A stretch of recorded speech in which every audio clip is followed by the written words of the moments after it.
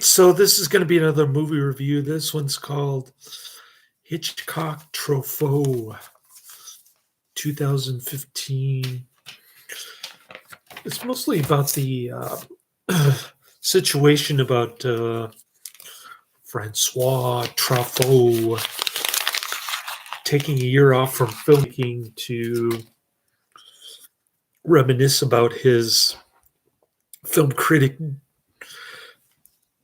days with Comrade Godard by interviewing Hitchcock and writing a book about Hitchcock. It's mildly somewhat entertaining. I'm giving it 3 out of 5 stars. I thought the bonus feature about rope was kind of interesting. I didn't understand what they were talking about one take throughout the whole movie. I just remember the set being really claustrophobic, but I never heard of that one take thing, and I don't even know if they're just imagining it as one take or it's really one take. But that part interested me. Rope is my favorite Hitchcock film, and Hitchcock is one of the greatest directors of all time, no question, probably top 10. It was kind of interesting how the Hollywood kind of scorned him, didn't give him any Academy Awards, and he just scorned them back when they give him a posthumous award. He said thank you, according to the bonus features. So I thought the bonus features were actually better than the movie itself. I don't know why they cut Rope out. That's Rope is a great flick, even better than Vertigo. And Vertigo is now considered the greatest movie of all time. It finally overtook Citizen Kane, which I didn't really particularly care for. Vertigo was one of the first VHS tapes that I bought when I was a teenager. My stepdad had it on Laserdisc, and my former coworker, who doesn't talk to me anymore, she had an orange Vertigo poster above her bed, which is kind of cool. She even had a Carmen Gia from the same year. Was it a 68 Carmen Gia? I don't remember. But it was the same car as the one that was driven in Vertigo by Marge. My mom liked Marge over Kim Novak. And you got these hoity-toity Hollywood directors like Martin Scorsese, Peter Bogdanovich, making all this nonsensical philosophizing about Hitchcock and his work.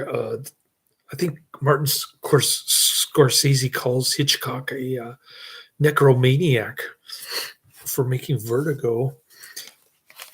Which doesn't really make sense. Vertigo has a lot of symbolism, but I don't think you can really take Hitchcock seriously. It's like they were saying it's more like a dream sequence when she's coming out of the bathroom. That green neon sign flashing in on her like she's some kind of angel from heaven. That scene was incredible. The other scene, which they didn't show, was when James Stewart kisses Kim Novak and then under the Golden Gate Bridge and the waves are crashing. That scene actually made me cry. But anyways, I love Hitchcock. He's a great filmmaker, but I don't know. They should have interviewed some other directors. Of course, Truffaut died 4 years after Hitchcock, so they couldn't interview him in 2015. But they just picked a bunch of. Oh, there's also Kiyoshi Kurosawa, of all people, in this one. I forgot to put his name in the description box, but he talks in Japanese. There's a lot of. Anyways. Um,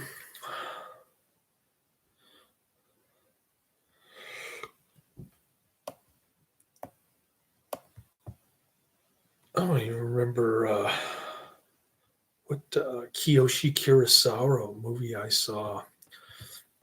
It's not.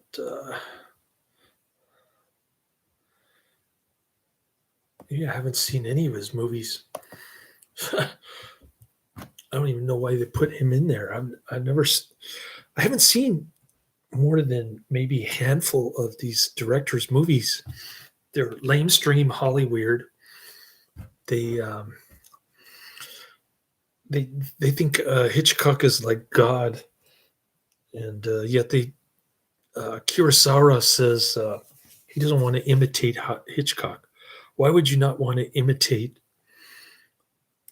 a great filmmaker like Hitchcock? I'm sure Brian De Palma does it, or at least he tries to. Uh, so there's that, and it's not really so much the interviews. You hear Hitchcock's voice quite a bit from the interviews, him talking, but then they cut to like Martin Scorsese saying some nonsense about Hitchcock fetishes and weirdness, making it mainstream. And then Peter Bogdanovich says the same thing, essentially. And that part kind of annoyed me. I don't really care for these directors. They're not my favorite directors. I want to know about Hitchcock. I don't want to know what these directors, how they perceive Hitchcock movies, because that doesn't particularly interest me. Would have been better if they just stuck to the Truffaut book and the interviews and cut the director's commentary out. Of course, I love all the film clips. Like I said, it reminded me of my former coworker who was just completely obsessed with Vertigo. And they talk about how Vertigo was essentially a lost film. The in crowd had copies of Vertigo, but that all changed with the advent of home video, of course. And it's kind of cool how Vertigo has aged well with time, like a bottle of fine wine. I'm not saying that Vertigo is a bad movie because I like Rope more. They're both great movies. It's just, I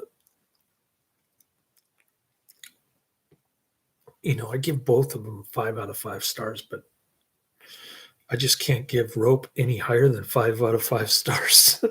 That's the only thing. I've seen Vertigo a bunch of times, and I watched it at Stanford Theater. I watched it at my mom's house. I watched it at my grandparents' house. It's really meant to be seen on the big screen, I think. Vertigo, great film, and Rope too. Another great film that I saw on the big screen. Anyways, pretty interesting. I didn't know that Hitchcock got scorned by the Hollywood media establishment. namely the Academy Awards. For years, they described him as a light entertainer rather than artist, which is what Truffaut and all these hoity-toity directors perceive him as. And it's interesting how they talk about how he started out in silent film, and that gave him a greater perspective of the visual form of filmmaking. That part never occurred to me, but makes sense, I guess. And they talk a little bit about the 400 blows and the bonus features. That was a pretty good movie. I have to admit, I like Francois Truffaut a lot more than his sidekick Godard during the 60s. It wasn't a great film, but it was entertaining. It's kind of interesting to hear that the film was actually autobiographical. I had no idea that Francois Truffaut was such a troublemaker, truant guy when he was a kid. Then he ended up being this great new wave cinema kind of 60s kind of flash in the pan. I think 400 Blows is the only film that I've seen by. Oh, what about Fahrenheit 451? Is that Truffaut? I think they talk about it.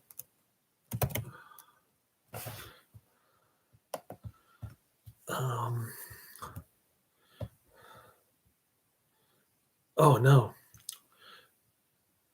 I was way off. It's directed by somebody else, but my mistake. They mentioned Fahrenheit, and I don't know what they're talking about. I thought they were talking about Fahrenheit 451. I was wrong. Okay, so the only movie that I've really watched from Truffaut is 400 Blows, just because Godard is more prolific in the psychotronic video guide. I don't even think Truffaut is in there. It's all about Godard, the communist crud. So I've been watching a lot of Godard, torturing myself when I should be watching the Truffaut, just because I'm trying to get through this crazy, thick psychotronic video guide. And it has these gray boxes. So you look at Art House gray box, and it's got like 5 or 10 directors on there. So I got to watch all 5 or 10 directors, that kind of thing. That's how crazy it is with this films that I've been reviewing during the last I don't know 15 years. It's been a long time. I used to review on Yahoo Reviews, and then they just completely wiped it out. You can't even get it back on the memory hole or whatever it's called website. They just completely vaporized it. But I did manage to resuscitate some of my Yahoo movie reviews. I transferred them onto YouTube. Although it's kind of hard to hear me with my Halloween mask on. I got a new mask from work today, by the way. This is my moron mask right here. Just goes over your head like so. And then you kind of put it on like this. It's much easier to breathe through this thing because it's like cheap, really thin polyester from China. So I'm gonna start using this I got from work for free, and out with the cloth surgical mask that I've been wearing for last couple months. Um. Anyways, what else? What else can I say about this? I don't know. It just seemed really short. They should have included the rope footage, like I said. Should have got rid of the snarky kind of conceited directors from Hollywood, the modern directors, uh, the Martin Scorsese, Peter Bogdanovich. But I guess they had to give it a modern flavor because both Truffaut and Hitchcock had died, so they were just using audio of their conversations. And Hitchcock didn't have too many interesting things to say other than Vertigo had a plot hole. He was kind of disappointed with it because Kim Novak's husband in the movie didn't know that James Stewart was going to go up the stairs. That was the thing that bothered him. And after the book, I guess he only made 3 more movies, and then he ended up dying. Unfortunate. I would love to see more of his movies, especially the one from 1974, I think. I haven't seen that. It was also kind of interesting how he moved from Great Britain to Hollywood.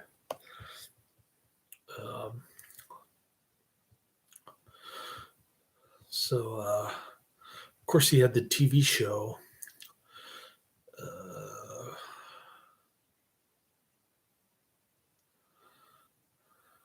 Topaz, 1969, spy thriller with Cold War related theme.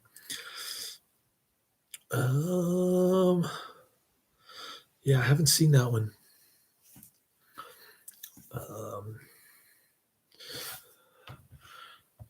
Oh, Frenzy. That's the one I'm thinking of. Frenzy from 1972.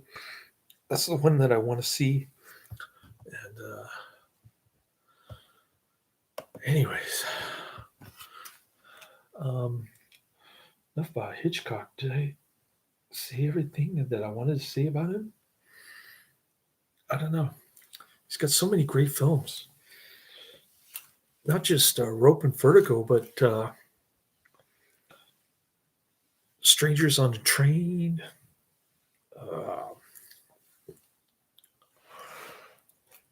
What else? The Monty Cliff, I Confess. That's another great one. He says he didn't get along with Monty Cliff because Monty Cliff didn't want to look up at the hotel. It's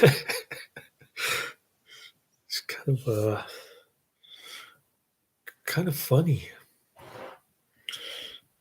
Little anecdotes like that were interesting. I thought Hitchcock was far more interesting than any of the people, including Truffaut, his great admirer. And they exchanged correspondence, became good friends, smoked the cigars, and that's about it. These directors see Truffaut's book as some sort of Bible, even though they had to translate it twice from English back to French. And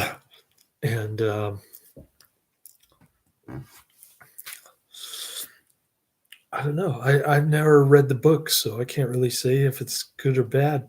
But the movie's all right.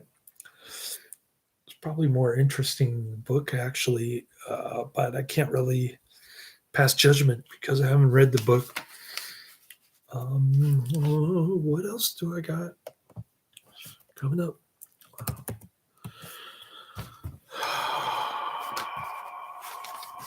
So tired. I've been working late hours, like 6, 7 hours at night, 8 hours during the day.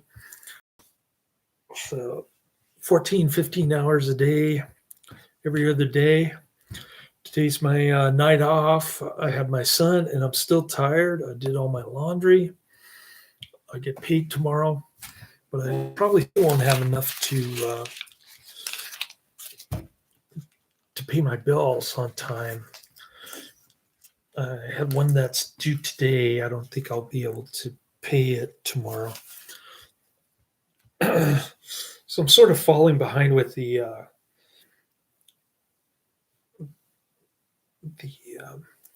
Chapey is the next one, and then Cameron's Closet. So yeah, getting less cash tips. My employers pretty much stopped giving away free food for grabs. Occasionally they'll have maybe one item or just for snacking in the company cafeteria, but I did manage to pick up some mashed potatoes there last night. So they didn't completely do away with the up for grabs free food. They just kind of cut back and limited the selection quite a bit. So I spent about $160, $165 at Safeway on food for 1 week, which is a lot for me. Usually I spend like $30, $40, and the rest is just free food. And then last week I only worked 2 hours because they gave me early shift. I showed up early and they saw me in the parking lot. So I tried to hide my car, make them think that I'm not actually there to help them out for their early shift. And what else?